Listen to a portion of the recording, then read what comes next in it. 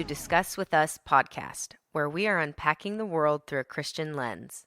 I am your host, Darcy Durkowski, along with my husband, Brian, and our intention is to pose topics, trending and otherwise, and unpack them with the help of some research, insights from our different backgrounds, and even some listener input in a way that is thought-provoking and entertaining. So get comfortable, grab your favorite beverage, and discuss with us.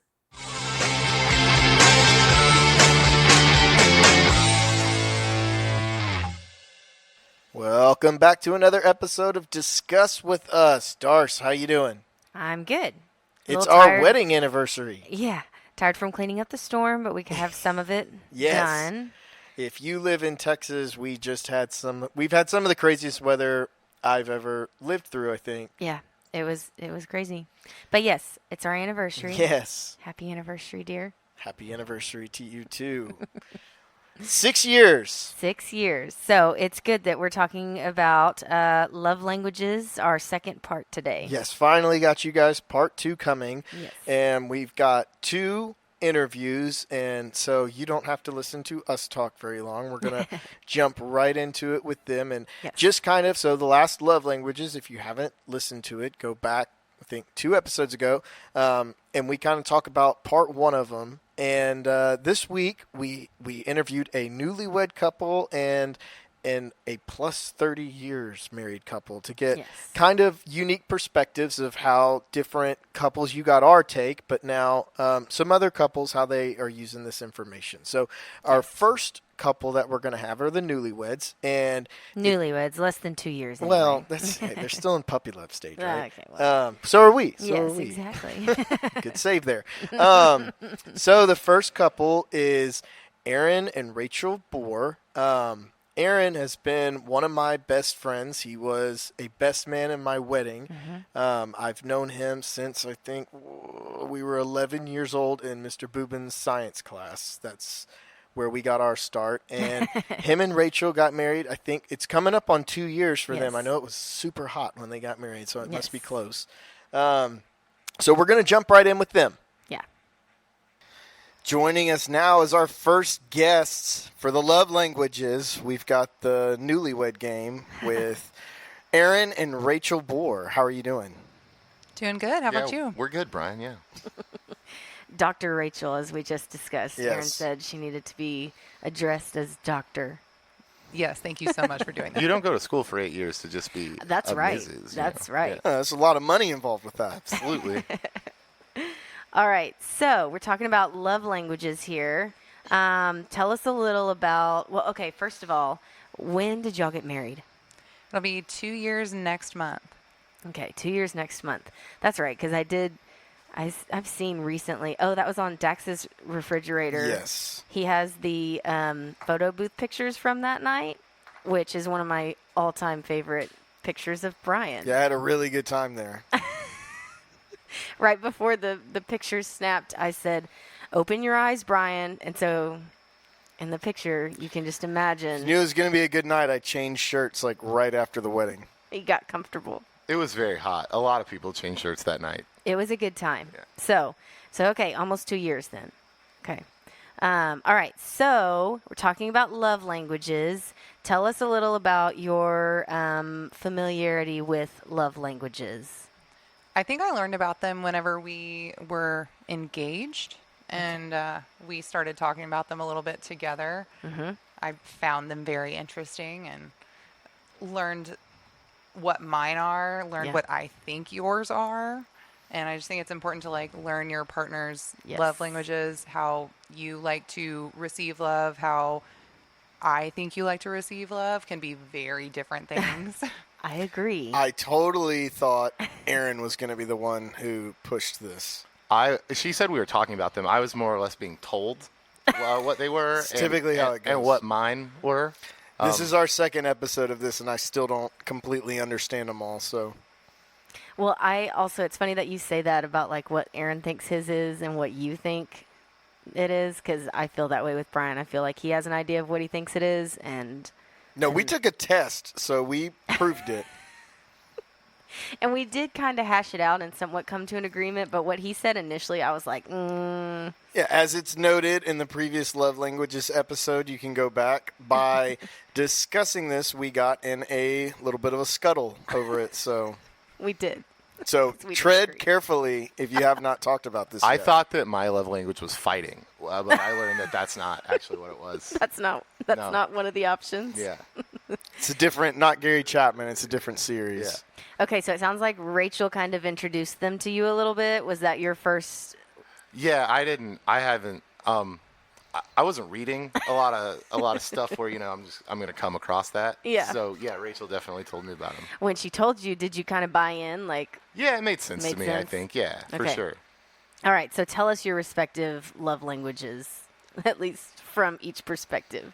Do you want me to tell you what I think his are? Yes, please. Yes. So I definitely think Aaron's big one is quality time. Okay. He very much values like spending time together. Like if I'm off work, we're out doing stuff together. Or just a very big one is if he's trying to talk to me and I am on my phone, he will get so mad. Yeah, I'm like that. Yeah.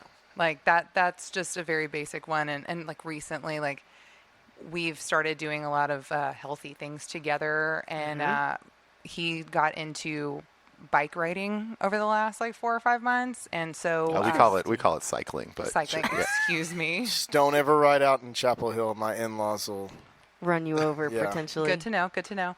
But I mean, since I know that is one of his love languages, I try to like take up certain hobbies of his too, and so about 2 weeks ago, I got a bike as well. Oh, okay. Hey, nice. Are you liking it so far? It has not gone very great. So far, it's been a little bit of an issue, but we're getting there. We just is it hard remembering how to ride? It did take a second, but no, that wasn't the issue. It's just like distances, or what is it, or speed? Oh no, just my tire keeps going flat. Oh, okay. Yeah, no, just issues with the actual bicycle. So it's Aaron's fault. Keep your wife's tire full. This is an ongoing battle. I'm fighting it every day. I think we're close to a permanent solution though. Okay. That's funny. Do y'all have outfits?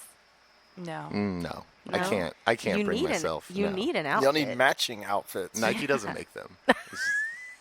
Do they really not? They don't. I can't get jumpsuits, man. Interesting. Yeah. I didn't know there was anything that Nike didn't make. I know. They make the shoes, but I don't know. See, now we're talking about cycling. We shouldn't do I'm that. okay. Yeah, this is good banter. Okay. All right. So, quality time is Aaron's. Yes. And then what do you think yours is? Mine is definitely acts of service and words of affirmation. Okay. Yeah. I think that's kind of me too. I'm an acts of service truther over here too. Yeah. All right. So, Aaron. Yeah, I thought Rachel was just going to say that hers were acts of service. I thought that was pretty. That's so she sprung on you words of affirmation too, huh? And I didn't think that she would say quality time, which, I guess is true.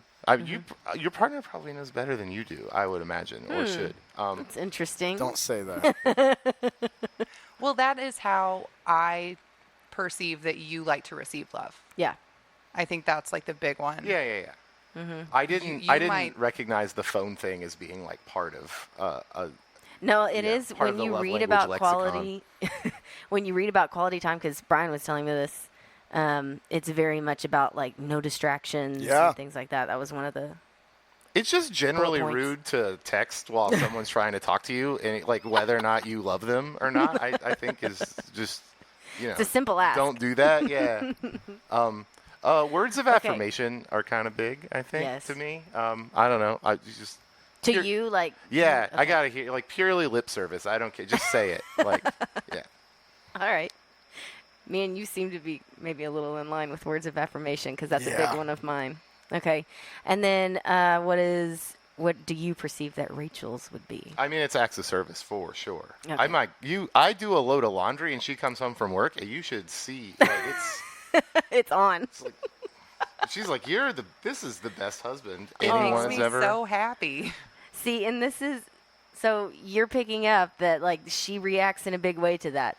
Back to your point about like, I feel like your partner knows best. Yeah. Well, I come home from a 10-hour day at work without a lunch break and the laundry's done. Like, that makes me so happy. That's the thing I don't have to do when I get home. And it's like, do you know that I just dumped them in a machine? Like, I didn't take them down to the creek and, like, wash them. Like, I put them in the machine and I pressed a button. No, that's good, though. Don't give it all away, Aaron. Yeah, just own it. Yeah, I did that. One of the things that we talked about in our initial episode on love languages was how I think like the seasons of life that you're in can also make a difference. So like you're saying, like right now you're in a season where you're working a long shift and maybe that's for most of your life, who knows, or maybe it shifts down the road, but that probably has a big thing, to do with why acts of service is huge for you. Yeah, absolutely. Yeah. Brian, any input here? You're just kicked back. Of course I'm kicked back. This is how he podcasts, by the way. Podcast. I'm curious, how has this... Now, y'all are in the infancy of marriage. How do y'all use these to get out of conflict? Or do you consider it when you're, like, post-conflict? That's one of the things that we talked about. I'll give you the example first. So, when we have conflict, Darcy is big on words of affirmation. I struggle with that. So, in the last episode on love languages, she talks about how she sometimes has to write my apologies for me, and then I have to vocalize them back to her so that we can move on. I also feel like, because I've talked with several people about this, and they think that's really funny, and I just feel like I should clarify that I haven't actually drafted on paper your apology for you. Because it sounds like you have. You've drafted it in your mind and told me... To be fair, I think you've just told me my apology and then asked me to say it back in my own words. Does he apologize sometimes and you're just like, actually? Yes. Yeah. Just tread lightly, Aaron. He does. Because he's just like very nonchalant. I'm sorry. Yeah. Okay, let's move on. And I'm like, no. No. See, the problem for me is when the conflict's over, it's over. Like, okay, we had a little scuttle. Now we're over it. Let's eat dinner. And to be fair, like I'm making light of it, but seriously, this is where it comes into play. My spouse needs the words of affirmation, and so I need to use that. So I'm just curious, like, as an example, if y'all are in a little tiff, whatever, y'all are still in the puppy love stage of marriage. Shoot, we act like we're. I know, no, we still are too. Yeah, we're 6 years in. But is folding the laundry like a key to success if y'all are? See, I don't think that like a way out. I don't think that I could get away with that because then I feel like it's just I'm transparently trying to end the conflict without fessing up to. Well, I'm not saying it's the only thing you do, but like I said, for her, she doesn't get the closure till we do the words of affirmation. I can. That's like your number one way out. Yeah, no, but I don't feel like it's resolved. With the apology, you have to take ownership of something that you. Yes. I don't mind being the primary person talking about this because I'm the person that pretty much causes all the fights. Like that's fair. Just go straight to the source, right? Thanks for admitting it now. So, I don't know. I couldn't just be like, I didn't say, I never said like, oh, I screwed up, please forgive. Like, you have to say that. I can't just like, I hope this pile of folded laundry will suffice. Like, it's not that it's the only thing you do, but it's more on like, post-conflict, there has to be kind of a reconnection, I feel like. Yeah, exactly. Yeah. And so not saying that like you maybe express your love language and then that itself is the apology. That's more on like, like you're saying, you kind of have to actually hash that part out. But the reconnection, it's good to probably think about the love languages of your spouse. Consider them. Don't look at me so hard while you say that. Yeah, you got to be like, I messed up. That was my fault. Sorry about that. I love you. Yeah. Forever. I will give Aaron a lot of credit here, though. He is very good post-conflict with words of affirmation. He is very quick to recognize that he did cause this argument. That's good. Yeah. Props to you, Aaron. And it's not that Brian doesn't do that. I think Brian just does it more like, no, I'm sorry, you're right. And then I'm just ready to move on. And he is just ready to move on. And I'm like, okay, but do you know where I was coming from? Like, do you understand? I just want to go so much more in depth. That's the thing. So, and I do at least also recognize that about myself. It's not like Brian is flawed and I'm not. So I do recognize that I can. We won't bring any of that up on the fault. podcast, though. We'll keep that offline. Yeah, yeah. I mean, I guess like early in a marriage or whatever, but like we don't fight about things that are like actually important, you know? Like no, that's what we talked about. Most of the fights are all trivial things. Yeah, because I don't know. I hope no one's listening to this and they're like, oh, wait 15 years or whatever. But like, No. We've thought the same thing. We'll have fights, but to date, I don't think we've ever had any real, like, not what you see on TV, right? Like, Yeah. like we're never gonna fight about, like, if I'm like, we should spend money this way, and Rachel's like, well, actually, I think we should do this. I'll be like, yes, that's fine. Whatever. Like, you're you're better at that than me. So like, that's cool. No, and things will definitely come up. Like, I can think of a few that we've had. oh no. No, but I also do think that couples are different. Like, I can think off the top of my head of some couples that actually enjoy. Well, some people like arguing. They and like stuff the like arguing, that. like it's part of their deal. It's not part of ours, really, at all. No, it's all different. One thing I'm curious on. So, from the dating to the marriage, did it take any time to? I mean, you're also figuring out. I mean, it's like the whole point of dating, but these love languages actually do come up. Did they change for either of y'all, or did you kind of just find what works and that helped lead you to marriage? I think Aaron definitely has had to learn that mine is acts of service. Yeah. Like, I have a great story from after we first moved in together. Oh, yes. We lived in that apartment downtown, and it was you had to walk up this flight of stairs the second you open the door, and I came in, I heard the dryer going, and like he said, I just light up when I think he's doing laundry, because obviously I am typically the person that does it. So it's nice that that has been lifted off my plate, and I hear it going, and I walk into our bedroom where our hamper is, and I notice that it's still full. And so I go out to the living room. I'm like, Aaron, why is the dryer going, but the hamper is still full? And he was like, oh, well, I ran out of underwear, so I just washed my underwear. That was probably one of our biggest fights in our relationship. Because I was like, That's funny. I'm not like, nope, that's not how this is going to work. I don't know if it was much of a fight. Oh, it was for me. No, it was mostly me just receiving a tongue lashing. A fight implies that I responded. I didn't. Yeah, no, you definitely learned, to apologize, admit you're wrong. We all go through that. Yeah. And learn that, okay, if I'm going to do laundry, it's going to be everybody's. It's not just going to be your underwear. Mm-hmm.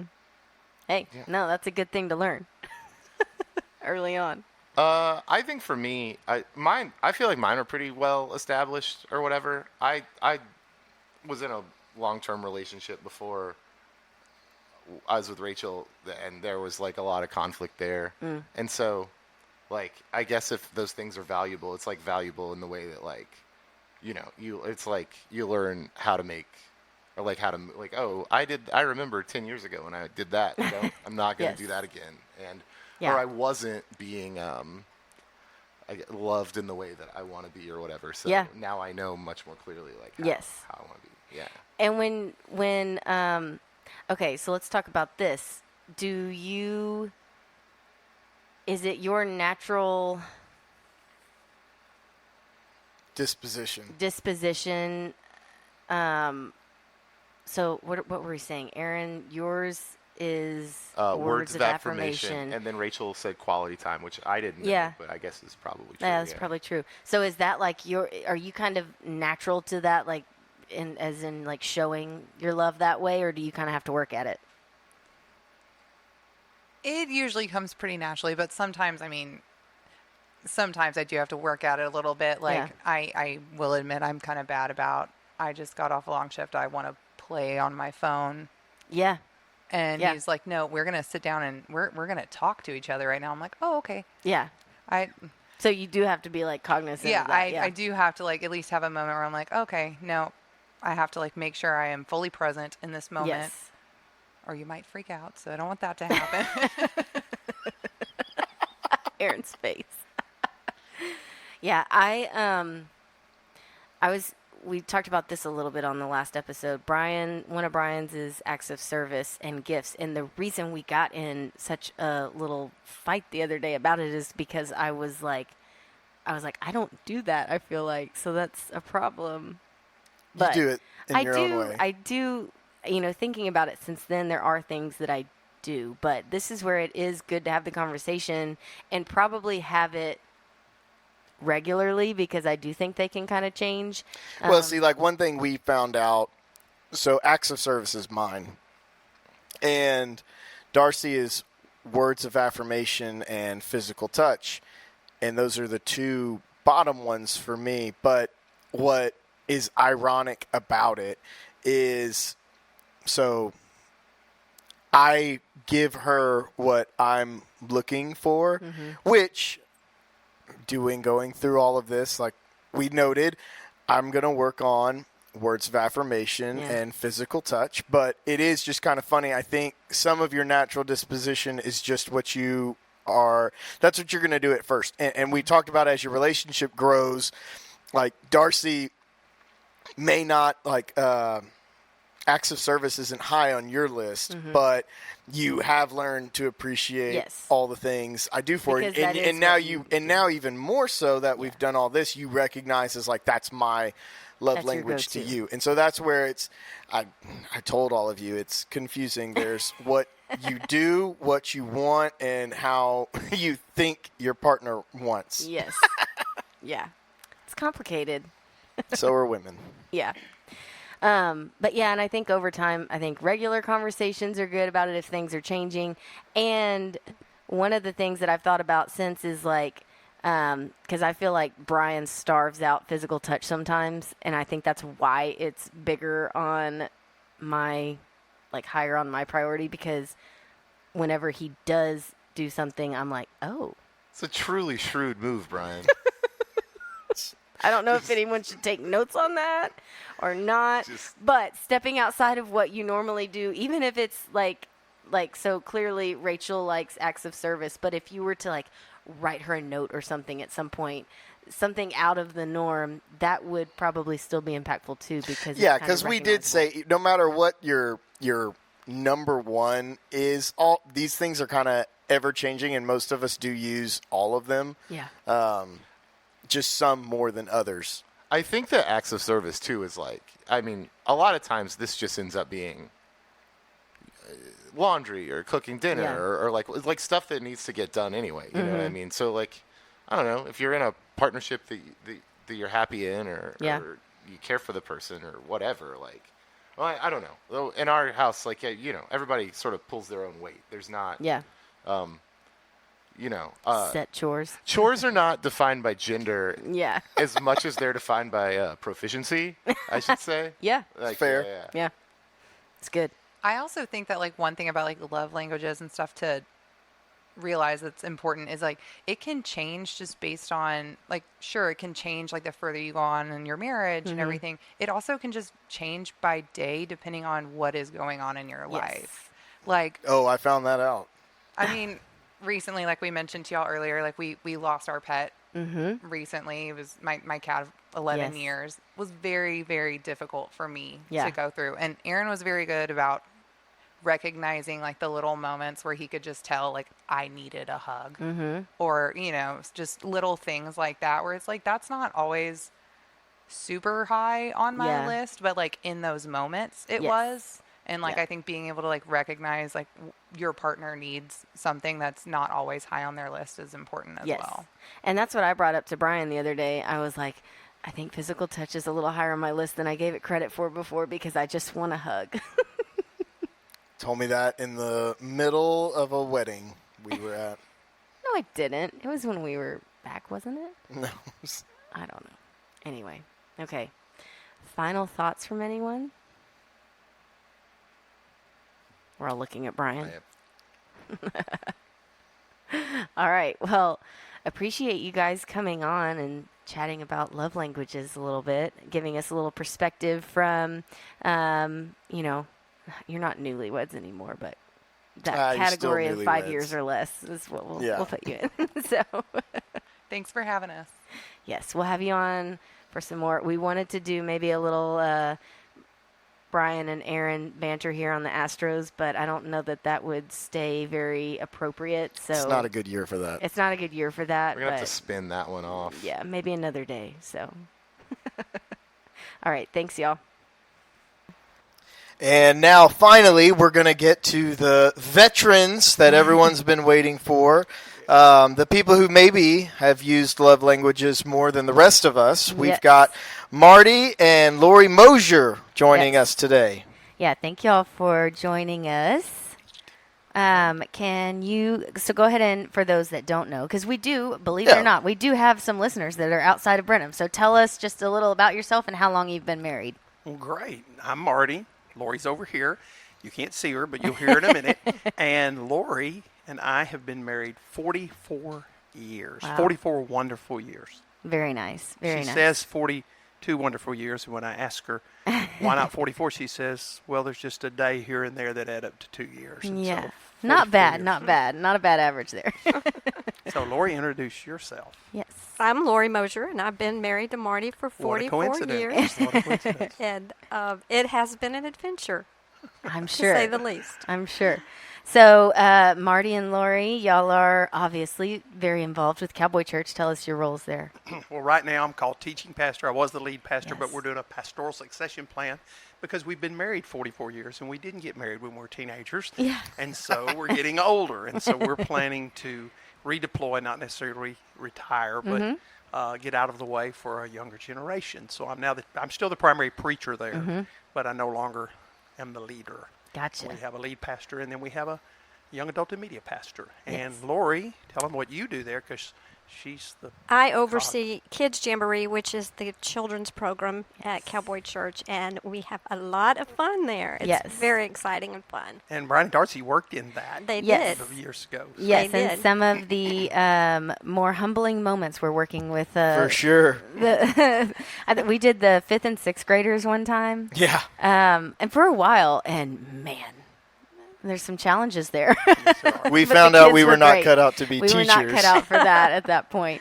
But no, it was fun. And me and Brian always talk, some of the better sermons that we've ever heard have come from Marty. So, yeah, absolutely agree. Really excited to have you guys here. And, we talked with Aaron and Rachel earlier, who are somewhat more on the newlywed side of things, been married less than 2 years. So we wanted to get some perspective from somebody with some more years under their belt together, successful years, at least 42. Yes. So talking about love languages, let's dive in here. Were y'all aware of love languages in the beginning of your marriage? Probably not at the very beginning. I'm not even sure if the book was out at that point. It's been a while. But yeah, I was thinking the same thing. What do you think? But probably along the way, definitely became familiar with that, and it is very helpful. And we were pretty young, especially by today's standards. I was 21 and Lori was 23 when we got married. So. No, I was not ready for marriage at 21. I know that. Me either. I know when you got married. I was there when you proposed. And I was in on it. Steve told me what was going to be happening. I was shocked. Okay, so, you may not have been familiar with the term love languages in the beginning, but I feel like kind of right off the bat, for me and Brian, we keep going back to during conflict and post-conflict. That's when I feel like some of the true colors are out there, and some of your own true needs really come more to the surface. So just talk a little maybe about your own love languages. I don't know if you want to talk for each other, say what you think Marty's is I'll or let her what start Lori's because is? she was really into this afternoon and did really good about that. So tell them what you knew about our love languages or what you thought. One of the things I did listen to your other podcast, and it was very helpful to me because I loved that it's not really in the box. Yes. Like you see the love language thing, and it's like, I'm not sure about this or sure about this, and it's not like that. I don't feel like it's like that, and I feel like Marty's love language is not one of the ones that's exactly listed. Okay. But Interesting. And he may disagree with me on this, but I feel like his real love language is me listening to him. Okay. And not just hearing him, but listening to him Yes. and understanding what he's trying to say. And he tried to explain that to me. I think that's quality time. I if think you had so. to put it in a Okay. category. I think that would be the one that you would. That's the loop box it I'd under. put it in for Yeah, sure. Right. If you have to put it in a box for sure, because I think the big thing on that one is the one-on-one, the no distractions. You're tuned in to each other. In fact, you keep going on that, but we'll come back later maybe to the fact that she had to actually light a candle because I want her to listen to me too much, and it was too early in the morning. So a counselor gave us this idea that she could light a candle then when she was ready to talk in the morning. And Okay. really, let me explain that a little bit. Sure. Good idea. It's we went to a counselor, and I said something that would really help me in the mornings is because we both work from home. Is he is an early riser, so he is up and he's already studied. He's done all kinds of things, and when I get up, he wants to share with me everything he's already done, and I haven't spent time with the Lord. We need one of those for our kids. Yeah, And, no which kidding. It's harder, but I don't think it'll work. but I didn't want to be rude, and so I would get distracted, and then it's hard to get back Yes. into the Word or into prayer or whatever after I've been distracted. It's like I've already moved on. Yeah. And so the counselor just said, just light a candle, and as long as that candle's burning, then he knows I'm spending time with the Lord. And then when I blow it out, then it's free game. And you can actually do that with kids too. You've given up on the candle too because Yeah. you trained me with the candle. I trained him, so now I don't have to use the candle. Occasionally, I might have to get it out, but you can actually do that with If a children. candle gets blown out, Marty just starts talking. I can't help it. It's ingrained. It's my turn. But you can actually do that with your children as they're getting older, that you explain, this is the time that I have with the Lord. And when I'm finished, then love that. and so it lets them know that you're spending time with Jesus, and it lets them know that they're important too. And when that's Yes. blown out, and then there's a beautiful smell when that candle is blown out too. So it's a reminder to everybody. But that's a good thing. I really like that. I've That's never heard of that before. I like that a lot. That's a really good tip.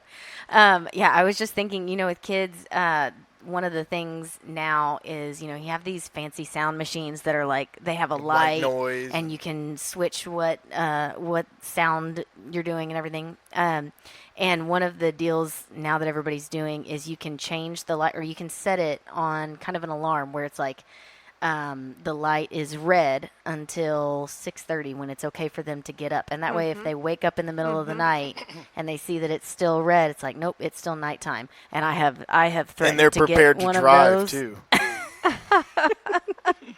I have threatened to get one of those because you're right. It can be like, I know when Clyde comes into our bedroom and it's 5:30 and I'm not ready for him to be up yet, it just starts everything off on the wrong foot. Right. So all of our examples always come back to us and our kids. Always Every will. single one. We're in the Always thick will. of it. But I love that example. So time, Quality quality time. time, which I consider that part of it. Yeah. Also going out hunting with me. Don't expect her to go in the morning, but Yes. going out hunting or taking her Kindle and going to the golf course. Okay. Quality time. Yes. Going Quality on time. trips. Mm-hmm. We did talk about that you have to temper this. This might be helpful to people. You might edit it out if it's not. But what might be helpful is one way that you show love with the love languages is not expecting too much of that Yes. because the other person is having to, it's not their love language. Yes. They're having to work. Like you said, it can almost come off as fake, but it's Yeah. not faking. She has learned to like going out hunting, turkey hunting, Yes. and watch golf, but you can't expect or to travel. She doesn't and you also do change some. Yes. She likes to travel more, and I've tempered back. I mean, we just got back from a trip. I'd leave again tomorrow. Yeah.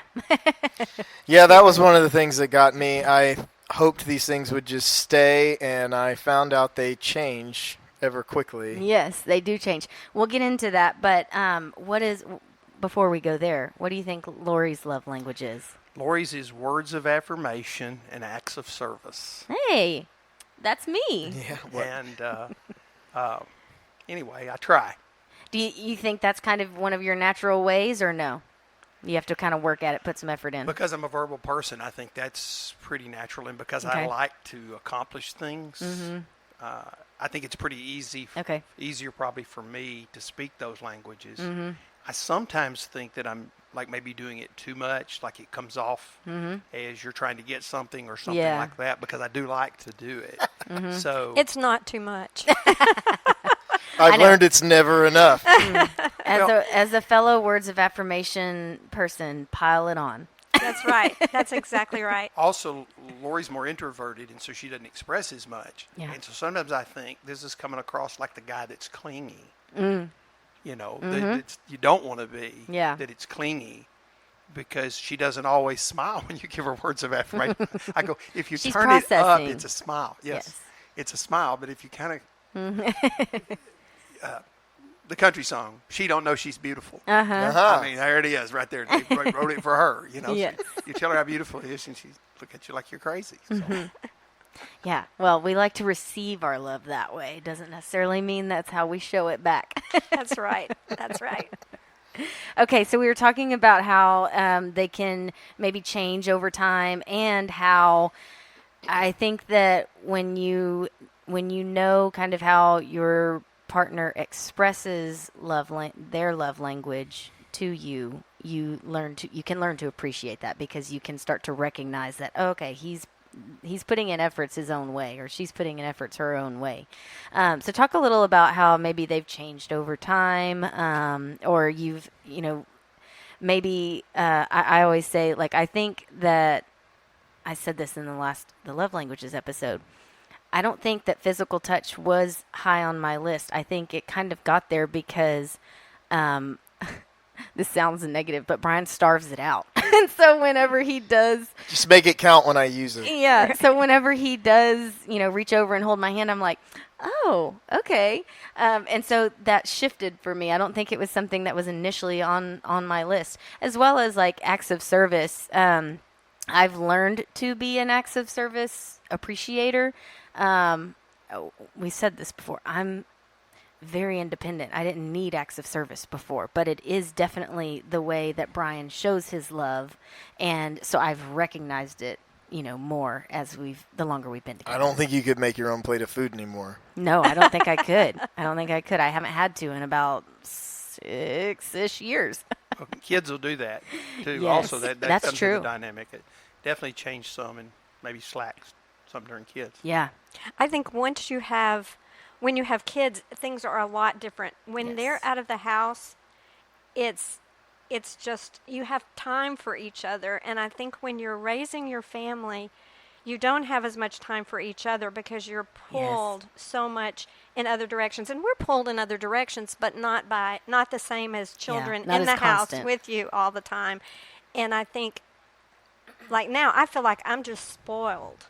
Yeah. I mean, I'm just totally spoiled. And I probably wouldn't have said that when we had kids in the house. I mean, Marty was good about a lot of things. And I said he shows all of the love languages in one way or another.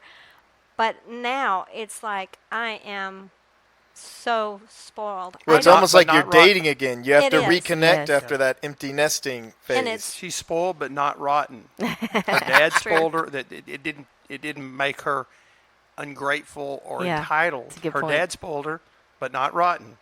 Treated, and she's spoiled in the marriage, but not rotten. Yeah. No, I like that. And that is, so you bring up a good point too. And this is one reason that we wanted this dynamic of a couple that has already kind of been, you're empty nesters now, right? So one of the points that we kept making is that love languages are important post-conflict. Or at least for us, they're especially important post-conflict, because you're trying to reconnect as quickly as possible. And it can be difficult if you're trying to do it in a way that's not recognized by the other person. And so that's one point that we've made, in our previous episode, in this episode. But one thought that we had, and I don't even know if I don't remember if this made it onto the podcast or if this was just a me and you discussion, but we made the point that it's really in the reconnection, not even necessarily, you don't have to file under post-conflict. It's the reconnecting. Yeah. And so you're making a good point here about like when the kids are gone and your life has shifted, or it doesn't have to be kids going. Maybe you've moved to a new area, some kind of thing where your season has changed, your life has shifted, and you're trying to reconnect. That I think love languages play a big role in that reconnection. I just talked a lot. You rambled just on. talked a lot. I think it's good. No, I think it's great. Well, and I think that's do. essential. I think that's one of the things that's missing in a lot of marriages right now is you are going to have conflicts, and they often don't reconnect. Yes. They lose that connection, and you have to find the way to do it. And the love languages is a great way to know how to do that more smoothly. Yes. And that's one of the things I think has been a key in our marriage. Like Marty always wants resolution. Like we don't go to bed mad. We don't stay mad. We don't not talk. We don't do those kinds of things. And because that just lets things build and get worse. But I think partly is because we know how each other responds and we're respectful of that. Yes. And sometimes it means giving me more room because once he's over it and I'm not over it. But he knows me. You've been there. He knows me now and he understands. So he's not going to try the things that don't work. Yeah. He's going to do the things that do work, and it's going to make that connection come back quicker and stronger. Yes. And to your point about like couples not communicating post-conflict or not reconnecting, that's one of the big things. I think you can, when you get into a conflict after you're married and everything, it can almost be shocking, like, oh, they're not as perfect as I may have thought, or I'm not as perfect as I may have thought. And Not you. I'm just speaking in general terms here. And so you view it like, well, I guess this is what I'm dealing with. I don't know. You can just view it as something that's like, oh, well, this is the new reality. And when it's like, no, you have the fight, whatever, and then you reconnect, and you do get stronger when when you have been successful. And I think you also have to kind of like soften your heart a little bit, or at least I do. Definitely. And be patient with it, and just know that that you're going to put the efforts in, and the reconnection is coming, even if it's not that day, that week. You'll figure it out. Just work at it. And that's what these love languages, I think, help do. Okay, Brian, let's hear some of your thoughts because I have been rambling on. Got any? I was going to let Marty and Lori. So, Marty, we've heard from Lori's perspective here. How about how does Lori handle you post-conflict? Yeah, let's see if we can get this right without having a conflict right here on the you can edit it We out. caused one of these just learning about them, so Yes. So tread lightly. see if it's correct. My problem in conflict would be, I thought I was wrong once, but I was mistaken. Mm-hmm. I'm on logic, and of course you can fool yourself, so you're convinced that you are correct. Yes. And it's important to me that things be correct, that they be right. But that's skewed because we have a sin nature. Even though we have a new nature in Christ, we have the old nature. And the old nature convinces you that you have every right to hold this position because it is logical. Yes. And so that would be my problem in the conflict, not giving up that this is right and I want it to be right. Maybe I ought to say what yours is, but Go maybe ahead. I'll not. Well, Lori and her mother both are the people that are most like Jesus that I've ever met, but nobody's Jesus, you know? And so they're both, surprisingly for quiet people, very stubborn. Is that This accurate? is true. And so Lori's would have nothing to do with the logic of it. She just would, I mean, even whether I'm right or Just wrong, I'm hold not even fast, trying yeah. to say. She would just hold fast and I think be slow to apologize for her part. And then I realized that part of that antiquated, but I think biblical leadership, loving leadership, is to go ahead and be first. Yes. And I usually do have to, but usually it's not before I've said 3 or 4 times. So I'm now going to apologize for what you did to me. Does this And sound by the way, I don't familiar, mind. Yes, it does. I don't mind if our church members hear this too. If I tell every young minister, if you're going to go in the ministry, you're going to spend the rest of your life apologizing to people for things they did to Oh, man. Yeah, I that believe is that. so true. you. Your dad works at the church. So you Yes. know. Yeah. We talked about, I don't know who I was talking maybe you. We talked about we'll have to have y'all back on for like kind of a behind the scenes of what people don't understand about how a church operates. At some point, that would be very interesting. And I wouldn't have been willing to do that a few years ago because I don't want them to hear it because then it's just whining. Yes. But now we're in a succession plan. So I've already planned out. Hey, we'll schedule when I ride it off when into you're the out. sunset. What I'm going to tell them they need to know for Troy and Cody is like this is the stuff. So anyway, we have very little of that in our church. I will say that. Very little of that. I understand. But yeah, I'm the same way, Marty. Even if I'm wrong in the argument, I want to let you know where I'm coming from. Why I'm not 100% wrong. Exactly. And that was one thing that, so as Catholics, we'll go to confession, and that was a great point that the priest made. He said, don't come up here and try to explain, and give me the story behind your sin. You're trying to justify it. Just say it and own it. Yeah. And I was like, oh, wow. I think you said that was real fun to do, wasn't it? Yeah, that was tough, but I was like, he just spoke to me. That was but for me to that hear. is a perfect biblical principle because it is. I don't want to go preacher on y'all, but it is true that we talk about the non-apology. Yes. And that you should just call the root of it, not go back through the travelogue, and certainly not go, well, I'm sorry I lost my temper, but you know how you get my back up. That's not confession. Yes. And that's another thing with, conflict in couples because we're married. We're in it for, the long haul. And one thing that I've had to realize, too, is like, even if Brian doesn't give me the perfectly scripted apology that I have running in my head that I'd like to hear from him, doesn't mean he's not sorry. And it also doesn't mean we're not going to just move on from it. And so I should probably, for my own sake, just let it go. I related to that scripted apology because I think sometimes Marty would like to script my apology, and he doesn't realize how difficult it is for me to even make the apology I just made. Yes. And I think that's another thing of knowing the other person is seeing how much effort they're putting when to them that would have been easy. Yes. Like for him it would be easy to apologize, but for me it's very hard. But if he knows how hard it is for me and I do it, that should mean something. Yes. Yeah. No, that's a really good point. And it's interesting. This goes back to our personality test episode. So you two, Lori and Brian, are introverts, and Marty and I are very clearly extroverted. And so appreciating the differences in personalities is definitely something that I think plays into a little bit. It's all connected. Your relationship and love languages. Okay, last question here. Do you think that the secret has been kind of? Oh, I didn't ask this first one. Do you have like a go-to way of showing love for each other that is appreciated by the other? I'll give an example. Yeah, give the example. Yeah, so Brian, it can be like if he knows I've had a tough day or if we have had some kind of little fight or anything, he'll bring me a Hershey bar when he comes home. And that's like just the show of support, whatever. That's his kind of go-to way. So now she knows. She calls me with the kids crying so that I'll just stop and get her one. By the way, she doesn't have to ask for chocolate. She just lets me hear the kids. So that's kind of like been his go-to.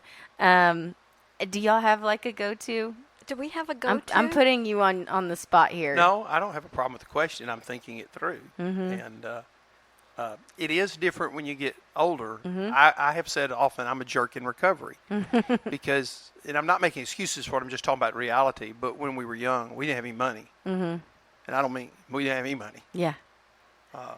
Just didn't. And, I mean, sometimes $23 in the bank with Right. 3 kids. And so also you didn't get flowers in H-E-B. You got them from a florist. at a florist, and it cost money. So Lori went without a lot of things like that would have been things that I do all the time now because we have some money, and they sell them in H-E-B. Yeah.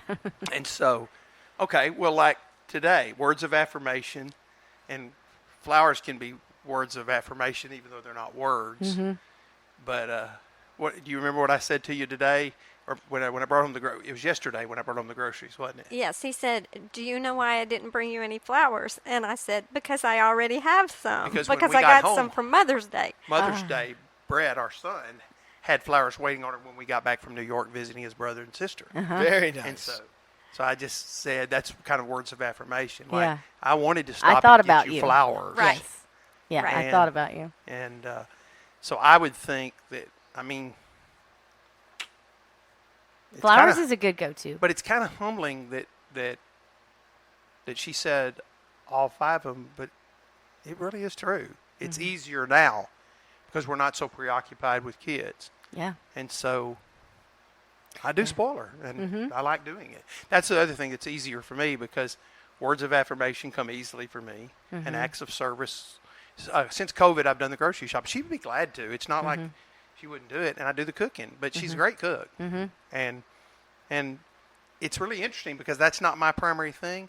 But that's the other thing I wanted to point out. When you do it over and over again, sometimes if you're tired, it means a huge amount to me that she cooks Yes. a meal. Yeah. But I don't want her to do it all the time. I like doing it. And she cleans up. So I hate cleaning up. Yeah.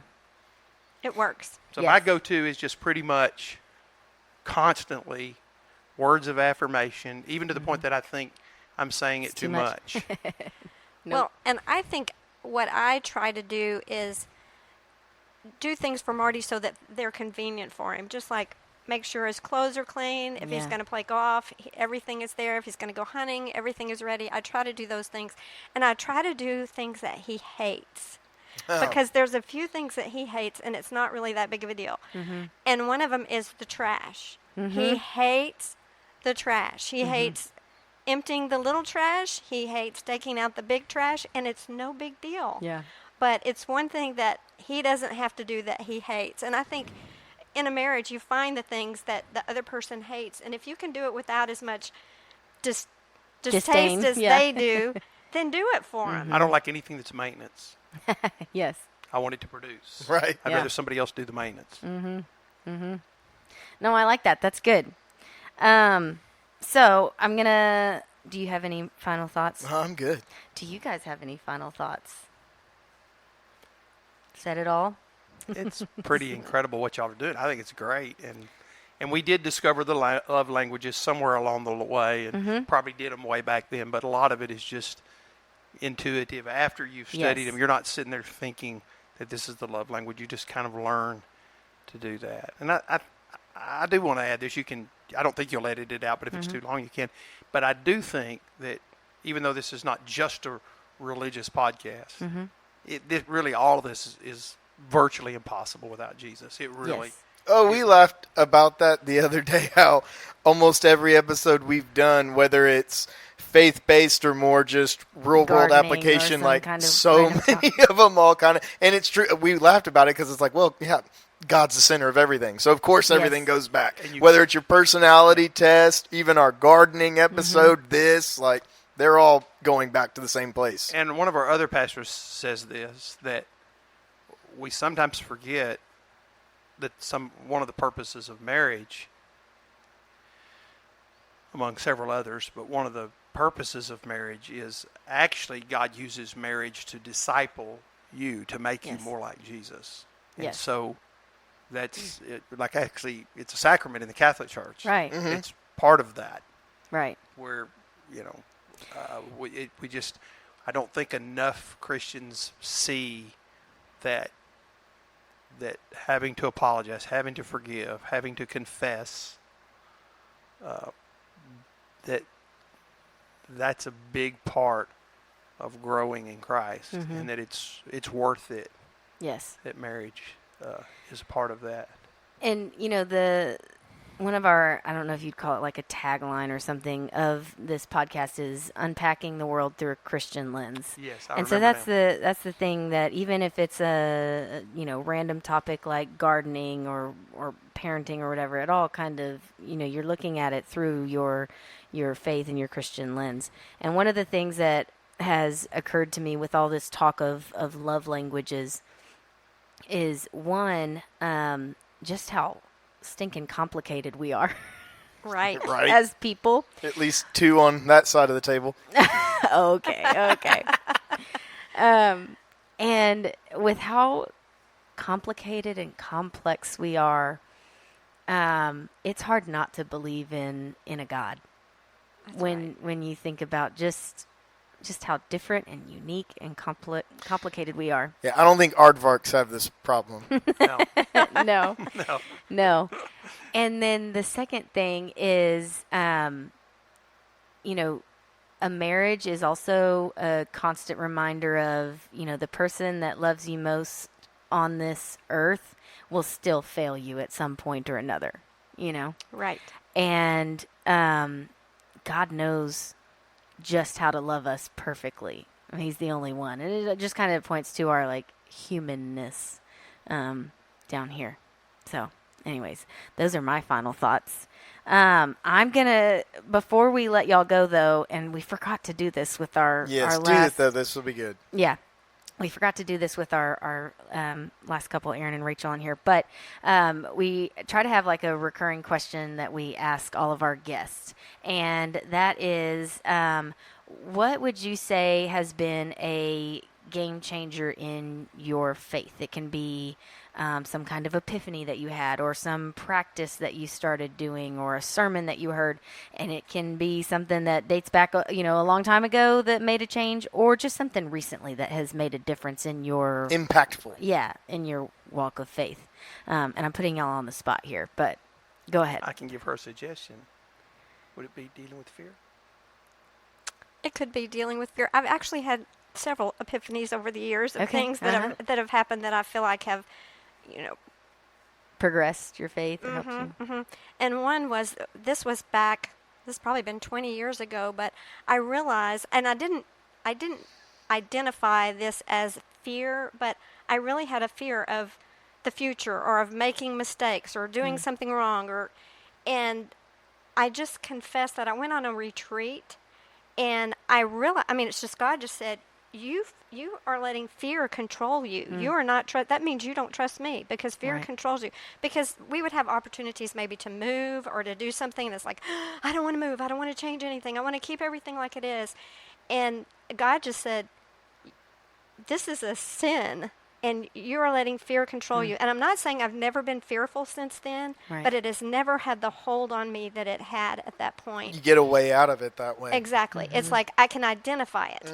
When it's coming, when I feel it, when I see it or hear it, I know it's fear, and I know it's from the enemy, and then I'm able to face it and not be conquered by it. And I think that was very instrumental in my walk.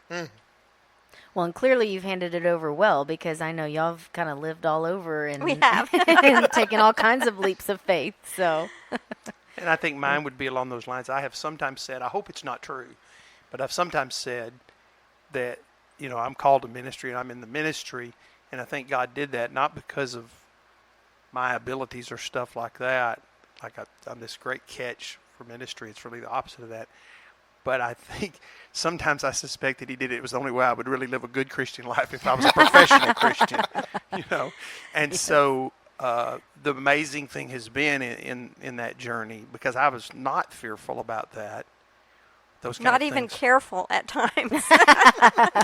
But I would say, really looking back on that the spiritual marker has been, and I won't go into the story because that'd take too long, but even the way we came to Cowboy churches, there have been some times when you had to do something that looked not right. And what's been neat is to watch you talk about the change and growth. Because when you say that, we joke about not careful, but we didn't do those things. We didn't do things without seeking. We didn't make moves that were wrong. And we spent 3 months somewhere before we came to Cowboy Church, and this would be like a marker. There's twice that happened, but we were really convinced. We're not trying to be defensive. We know we didn't do anything wrong. We know we did the right thing, and that God will work it out. Yes, and that He will use it in some way. And when we didn't come to Cowboy Church, when backdoor people were asking us to, you were on the search team. And you even told me later that if that had happened, that would have been kind of, because the search team didn't get to do its job. Right. And God used that. But we spent 3 months somewhere else, But ironically, you see how she's overcome her fear, because I said, Lori, Steve Westbrook's calling me. Ray Lane's calling me. We don't have to go to South Carolina. That's a long way away. Move from our family and friends. I think Cowboy Church of Brenham would have us. And she was the one not fearful. And she said, I think we'd be settling to not for the Cowboy Church, but staying here. I think we need to go on an adventure. She said that. It's because God wanted us to let go. Because we went all in. We jumped all in. And in our life, God never lets us hold on to the next thing while holding. Yes. We have to let go. We have to free fall. I'm not saying everybody should do Everybody that. doesn't have to, but we have. That's what God has asked us. I've been in situations where I had to resign with no job several times. And I counsel people not to do that. Right. And I even said to one guy, you've got 3 children. He was asking me about, because he was from there and about to leave. And I just said, no, you got 3. He did it anyway. And he free fall, and he landed on his feet. But I just said, you got 3 children, you don't need to do that. He went and sold cars for a while till he found the right church. So I would say that, it's tied up, and it might not relate to some people, but the principle should, even if they're not in ministry, that what's been the epiphanies or whatever is that you step out and the bridge will appear. Yes. Yes. I like that. Okay, well, thank y'all so much for joining us today and talking about love languages. Yes. Well, I'm sure we'll have y'all back on for something, so thank you guys. Well, As we get more organized, we'll plan our topics Don't get better. more organized, just keep the gumbo coming. Yeah, we did have gumbo tonight, so. All right, well, thank y'all.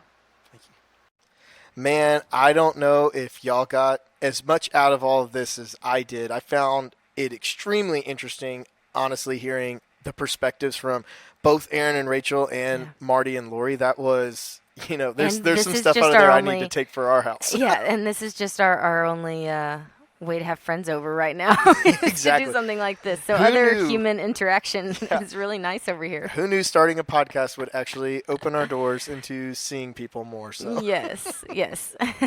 Well, that was really fun. And once again, you guys at home, just kind of do the same exercises. As today is my anniversary, I have even thought about some of this in our own marriage, especially today, and take little tidbits out of this and use it for your life as well. Yeah, there were some good tips in there. Lori's candle tip was a nice one I haven't heard before. So, yeah, good stuff there. All right, that's going to wrap it up today. Next week, in honor of our anniversary, we're going to kind of do a recap of our marriage preparation and just things we found useful, maybe not useful.